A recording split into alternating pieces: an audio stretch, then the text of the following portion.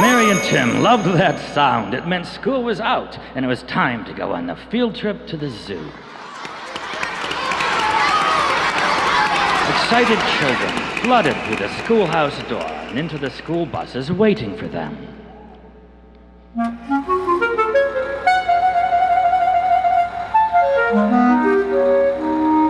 Mary took her little brother by the hand and hurried to the closest bus.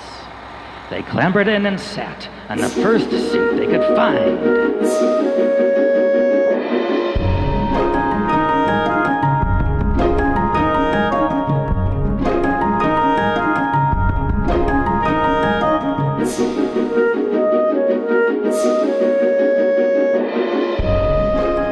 The other children filled the bus quickly.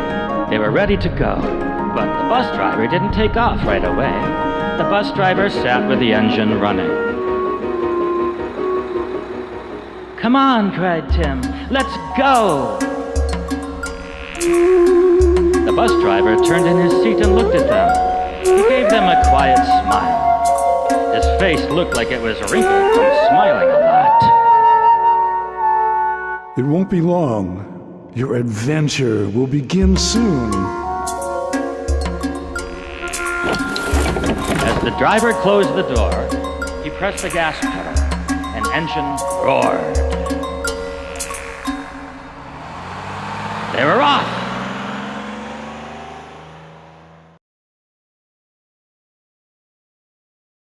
"Elephants!" yelled Tim.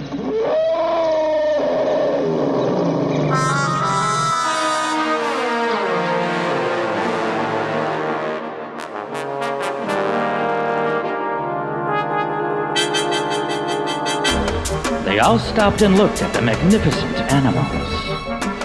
Giant elephant trunks swayed gracefully as the animals walked among the glass and trees of their enclosure.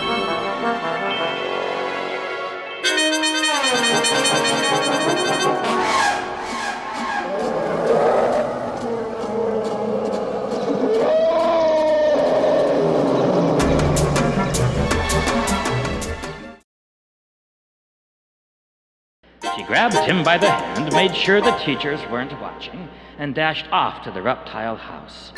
They reached the alligator tank. Mary's heart sank. The tank was empty, and there was a sign on front. "What does under repair mean?" asked Tim. "Where are the alligators?" Mary was crestfallen. "They aren't out today, Timmy," she said. "The tank is broken or something. We'll have to see them another time." "Wah!" Tim wailed.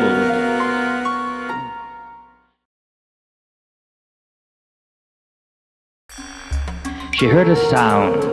It was coming from far away. It made her feel peaceful, almost sleepy, yet wide awake. It was very beautiful. It was music.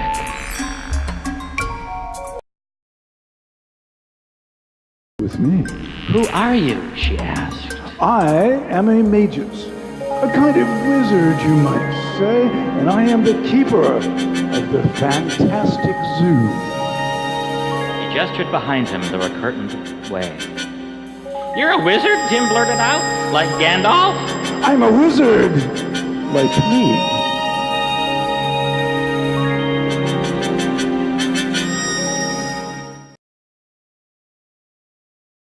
And into the Fantastic Zoo.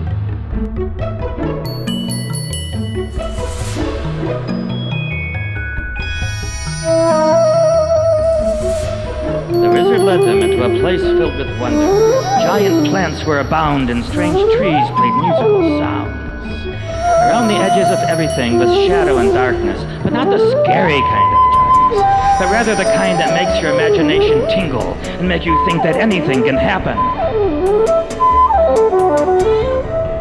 The air turned hot and cold as you walked, and in the darkness you could sense ancient powers, energies both dark and light, and it was...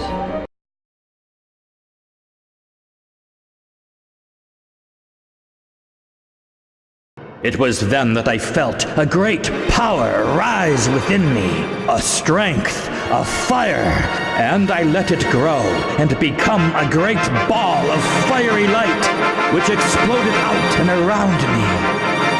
I looked down and saw a new seed of life in the ashes of my crimson fireblade nest. Somehow, I don't know how, but somehow I knew to take this fiery seed pod and fly with it to the center of the sun of Earth, to Heliopolis, the Valley of Light, the golden city which, I learned, was the place of my birth.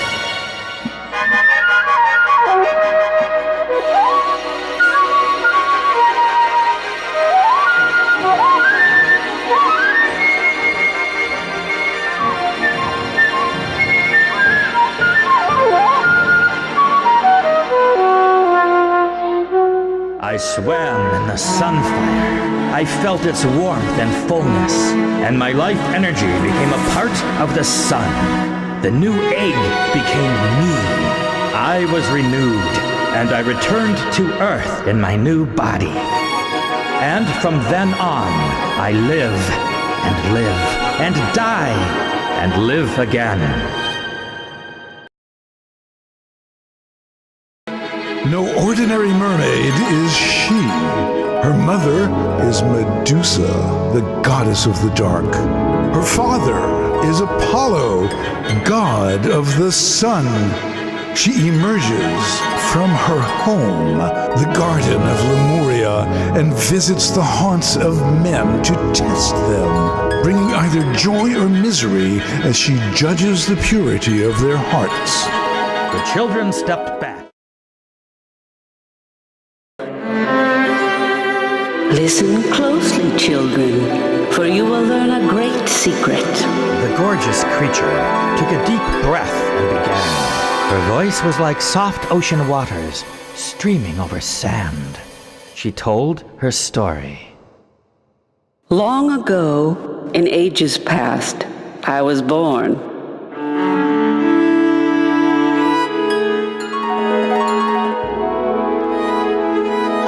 I remember it all. I was inside an egg, like a tiny bubble, floating among flowers deep in the ocean. I reached out my hand, and my egg bubble exploded into 1,000,000 fragments of light.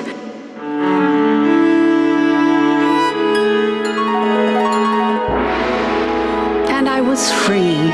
I looked about me as I quickly grew into a young mermaid girl. There were other mer-people all around, but I was different. They treated me with respect and a little fear, for I was the daughter of gods and had great power. I was happy in my home, my beautiful deep ocean garden, the Garden of Lemuria, and I had no desire to leave. But one day there was a stirring in the ocean waters, and news came to us of a shipwreck. Human sailors had crashed into an island of rocks nearby, rocks my sisters, the siren people, had lured them into.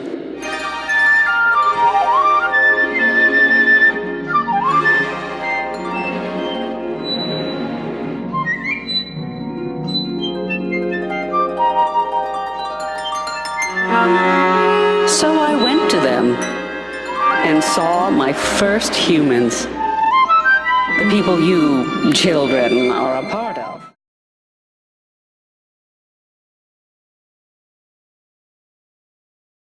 Promise me that you will do all you can in your lives to help make the ocean waters healthy and clean. Promise me. Zathuna stirred and looked concerned, for he was This last had surprised him, and he knew that if the children were not sincere, Aya might harm them. We promise, said Mary and Tim.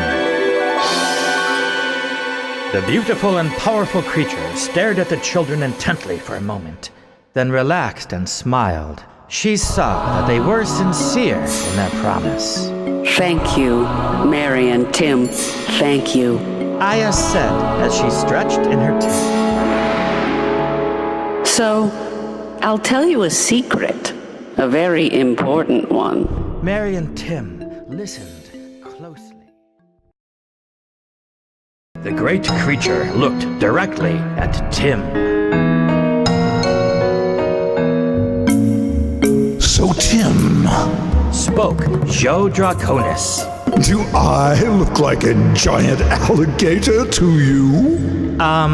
Said Tim, trembling a little. Nope, you're... Wow! A dragon, all right! Joe laughed. It was like a murmuring thunderstorm. He looked at Mary.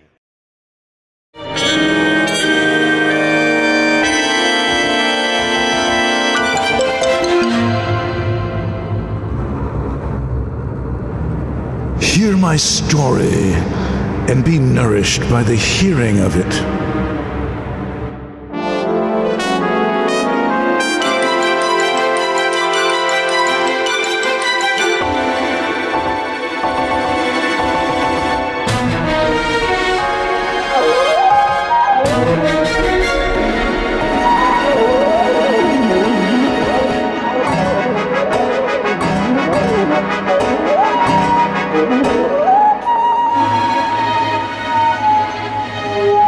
The dragon took a deep breath and told them his story.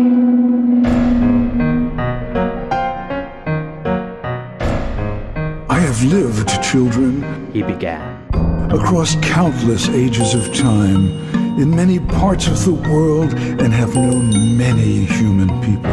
Some who were wizards, like Zitruna, and countless others who have come to me to gain riches or power, or to try and destroy me. Why would they do that? Asked Tim, horrified at the thought. Joe smiled. For many reasons, child. Joe Draconis answered. And I wish to share with you the great secret I learned in my youth from the wizards of the East. Mary and Tim awaited his next words. It is this, children. Music, magic is everywhere. You have only to open your ears to hear it, to hear and see with imagination. And then you'll never be alone, never be without the power to solve all of your riddles. The curtain fell, and the children were left in darkness. All right, my friends. It is time for you to leave my fantastic zoo and to return home. Can we come back? Asked Tim. Surely, I would love to see you again, but we can't know when, or exactly where, or how. You won't find my fantastic zoo twice in the same place. When you least expect it, I will be there to guide you in. We'll look forward to that, said Mary brightly. Sethuna nodded and smiled, and quickly led them to a flap in the tent and ushered them out.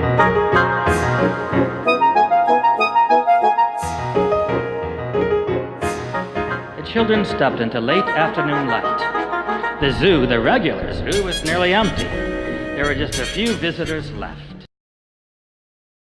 They listened to the sounds of the wind in the trees.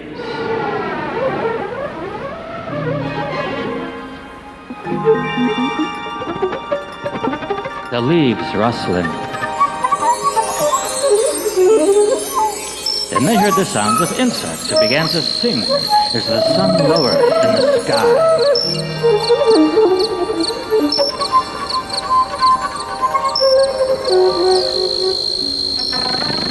Hey, said Tim, that's nice. Is that what the dragon meant? so, said Mary. Thanks for waking me up. Huh? Yes, well, you woke me up when you opened your minds. Why don't you climb into my branches and listen for a while? You can do that anytime, you know.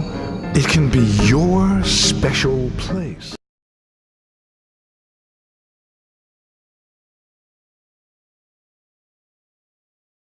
Oh, music magic is everywhere. It's in the shelf behind your chair.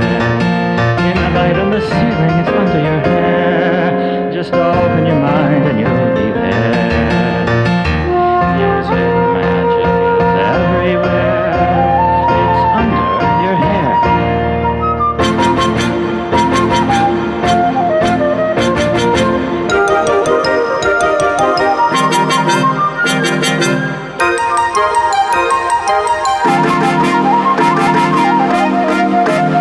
Don't be angry, don't make sighs. Just climb in my branches and close your eyes. In music magic, you're never alone. Just dive in the ocean and swim in the sun.